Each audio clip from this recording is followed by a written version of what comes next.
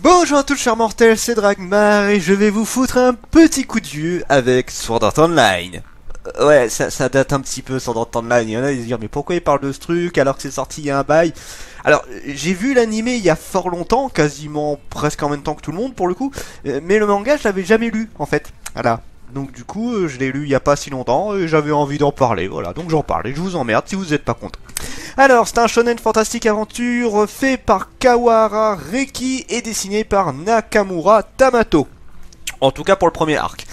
Pour l'histoire, nous suivons Kirito, un jeune garçon tout à fait classique qui va tester Sword Art Online, un jeu VR, donc réalité virtuelle, en mode MMORPG, où voilà, c'est le tout gros, enfin c'est un système qui existait un petit peu visiblement, mais là c'est vraiment le gros nouveau jeu où en gros tu mets un sorte de casque virtuel, qui te met carrément sur, on dirait un casque de pilote le truc, et ça t'amène directement dans un autre monde via la technologie et tout, voilà.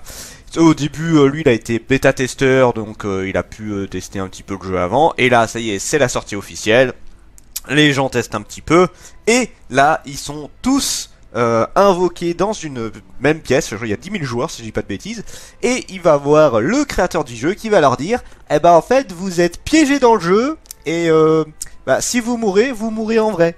Voilà. Et vous pouvez pas vous déconnecter. Tant que vous n'avez pas fini le jeu, vous pouvez pas partir. Merci monsieur. Donc bien évidemment c'est la panique générale. Alors en plus il a mis un système où il n'y a pas de... Vous savez quand on est dans un MMORPG, pour ceux qui connaissent, on se met des skins, on se met une autre coupe de cheveux, voilà, on se custom, hein, c'est le principe dedans, tu crées ton personnage comme t'en as envie. Sauf que là il va mettre la véritable forme, visage des personnes, pour voilà, qui ne se cache pas. Et voilà, si jamais il meurt réellement dans le jeu, il meurt en réalité, ils se prennent une décharge au cerveau qui les flingue, et si jamais ils se font déconnecter ou des trucs du genre, ils se font buter également.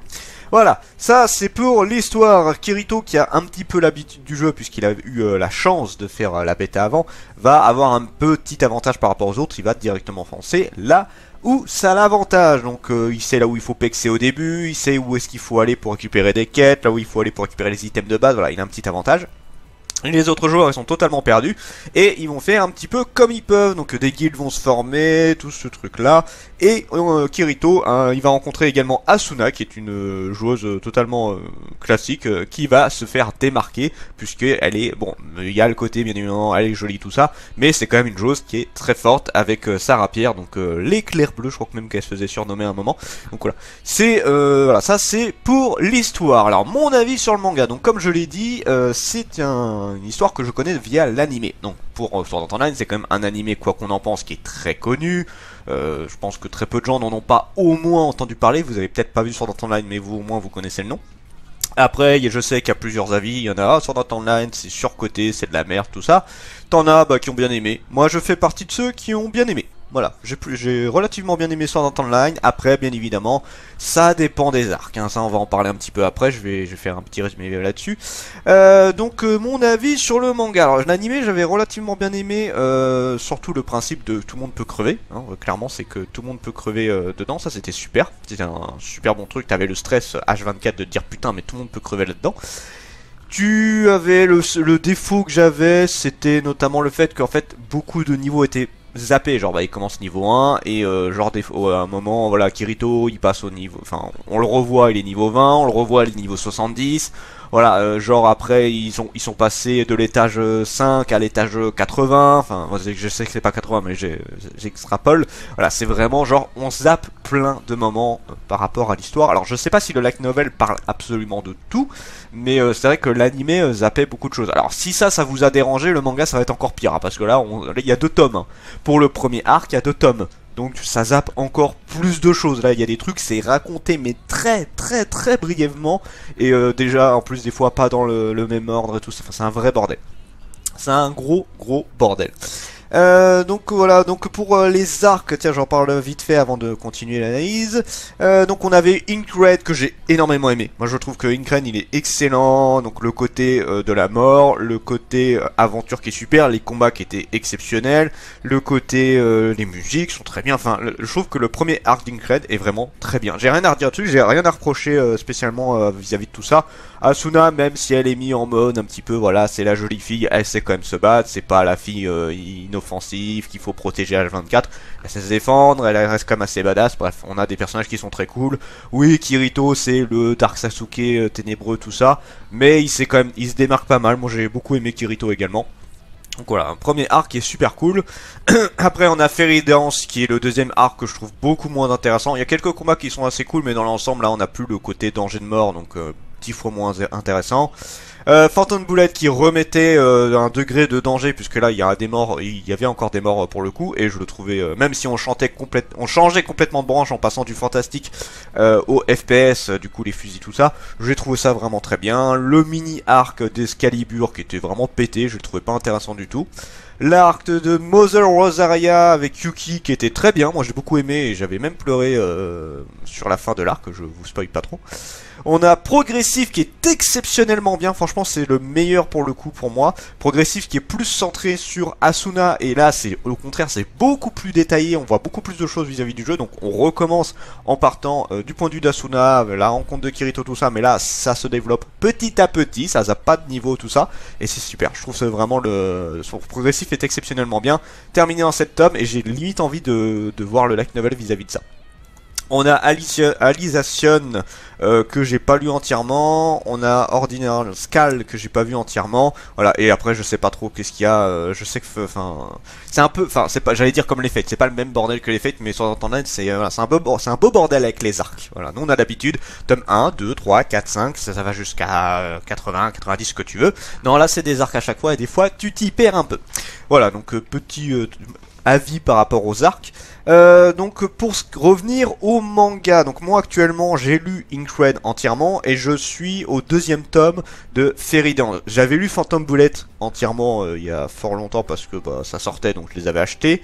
J'ai pas lu Mother, je l'ai pas lu, je crois que je l'ai pas lu Mother. Et après j'ai un peu attaqué Alison et j'avais attaqué aussi un autre arc, mais c'était vite fait, j'avais pas beaucoup lu. Donc voilà, alors qu'est-ce que je peux vous dire par rapport à Sword Art Online en manga? Et c'est pas très intéressant. C'est beaucoup trop de choses qui sont zappées, tout côté épique. Il est là, hein, je dis pas le contraire, il y a quand même des combats, notamment avec la chimère, où Kirito utilise sa fameuse capacité que j'espère de... Bon, je sais que beaucoup de gens connaissent Sword Art Online, mais il y en a qui connaissent peut-être pas, du coup je spoil pas trop. Voilà, à un moment Kirito utilise une capacité particulière, ce combat moi je le trouvais exceptionnel. Là, il est quand même présent, mais c'est vrai que c'est beaucoup moins intense.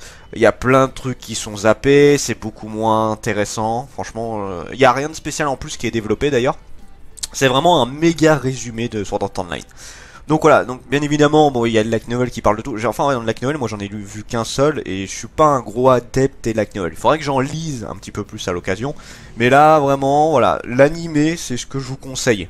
L'animé, enfin, le light novel doit être bien, y a pas de problème. Mais là, entre les deux, si vous posez la question, est-ce que faut attaquer l'animé ou le manga? Ah, attaquer l'animé. Il y a plusieurs trucs, déjà, je le redis, ça a plein de choses.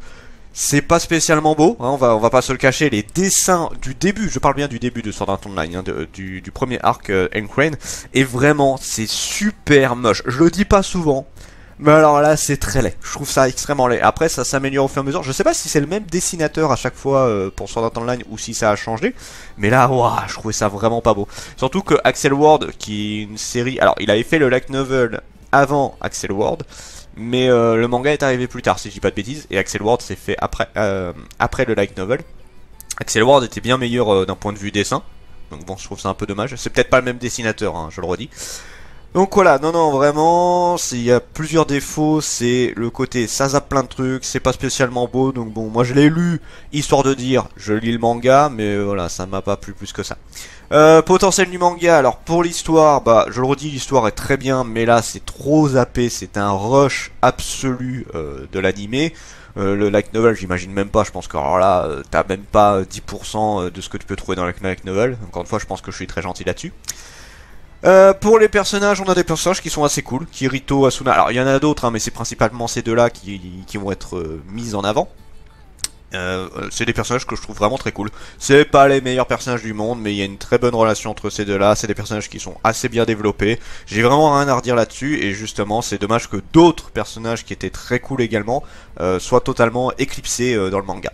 Pour ce qui est des dessins, je trouve ça extrêmement moche. Ça, je vous l'ai dit, j'ai aucune honte à le dire. Je trouve vraiment que les dessins de Sword Art Online Incren, je précise, hein, bien Incren, parce qu'après ça s'améliore au fur et à mesure, surtout progressifs qui sont super.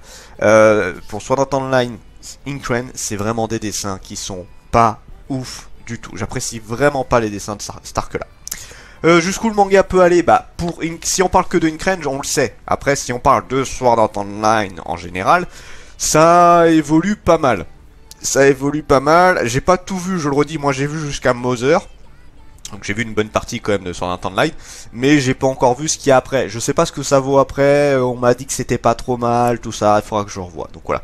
Donc là, pour Sword Art Online Incren, si vous êtes un grand fan, pourquoi pas. Si vous avez la nostalgie de vous dire ah, j'ai bien envie de tester, bah pourquoi pas. Bon, moi je vous le conseille pas. Je vous dis, c'était juste, j'avais envie de le tester, j'avais envie de l'avoir dans ma bibliothèque, et voilà. Donc je suis pas déçu de l'avoir acheté, hein. D'ailleurs je crois qu'on me l'avait offert, j'avais demandé pour un anniversaire de l'avoir. Mais voilà, c'est clairement pas le manga que je vais relire. C'est un manga, je veux dire, voilà, je l'ai dans la bibliothèque, c'est très bien, et ça s'arrête là. Je n'irai jamais plus loin à ce niveau-là. Je vais quand même finir Fairy-Tail, je vais essayer de tout relire. Mais voilà, c'est à Incren, franchement, c'est l'animé pour moi. Voilà, il y a rien d'autre à dire là-dessus.